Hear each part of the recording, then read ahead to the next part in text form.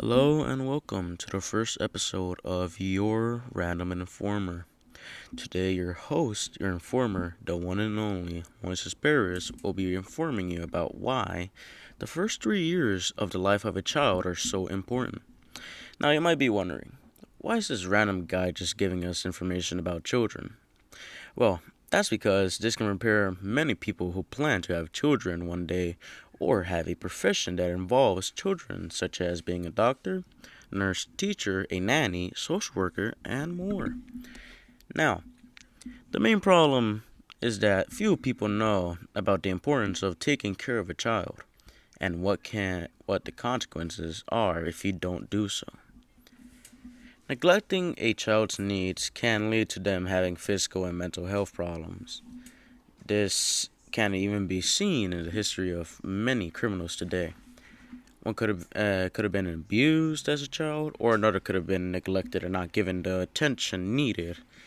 That can lead to mental problems. That can lead to them to not have nice thoughts. You can say it can give them thoughts like suicide, murder, burglary, sexual assault, illegal use of drugs, and other crimes. I would list more crimes, but I shall keep this short and easy. Now, I'll explain why the first 3 years of life of a child are so important in the first place. First, I'll talk about the physical domain, basically their physical development, their body growth, and how they learn how to use it. During these 3 years is when both our body and brain grow the fastest, making the brain almost reach the same mass as that of an adult.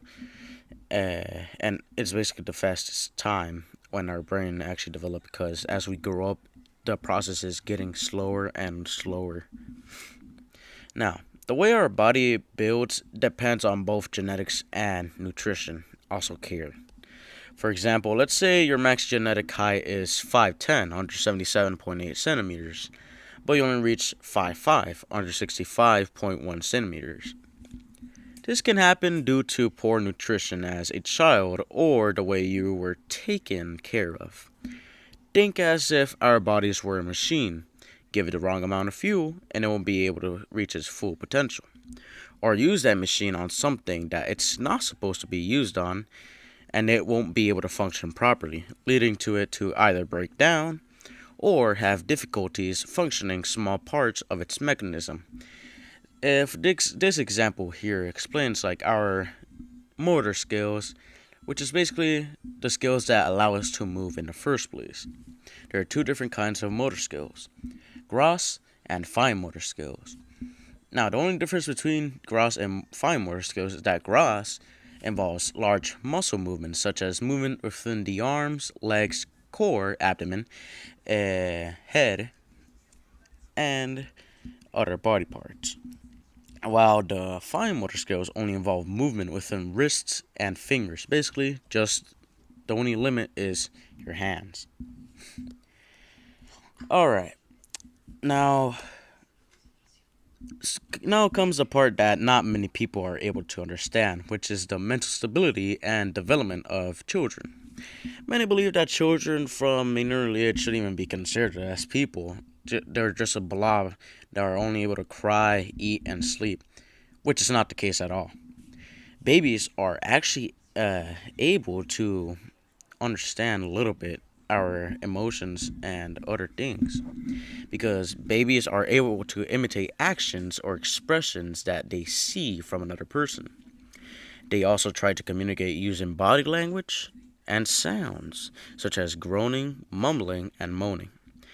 But they are also able to reflect or interpret negative actions and expressions such as anger, sadness, and violence, which can affect their mental health despite being so young and not being able to actually think for themselves. Let's say a child is taken care of in a calm, quiet environment. They're able to maintain their normal baby instincts, which is to only cry when feeling uncomfortable, such as having using the bathroom and are getting uncomfortable or they're in an uncomfortable position or hungry to bring the attention of their mother or father. Now, the baby is also able to learn from their parents' calm and non aggressive actions and tones of voice. When learning body language, vocal language, and also expressions, giving them a healthy cognitive language, emotional, and social development, and making the child to be able to fit within society in the future.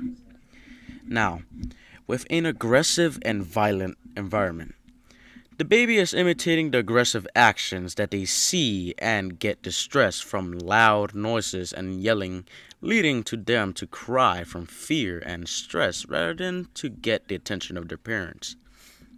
Yes, they're babies, but still they're able to feel fear since it's something within the human instinct to actually fear when either feeling in danger or unsecure or stressed. They're not able to maintain their mental stability and can be traumatized from a young age. And this can most certainly affect the child's cognitive, language, emotional, and social development. Like I mentioned before, they can either have suicidal thoughts or have thoughts in committing crime, which is not good. And we must prevent that. And this is why I made this so that other people can know how to actually take care of children when encountering them. And this brings the end of today's episode of Your Informer Podcast, your Random Informer Podcast. Have a good morning, afternoon, evening, or night. Goodbye.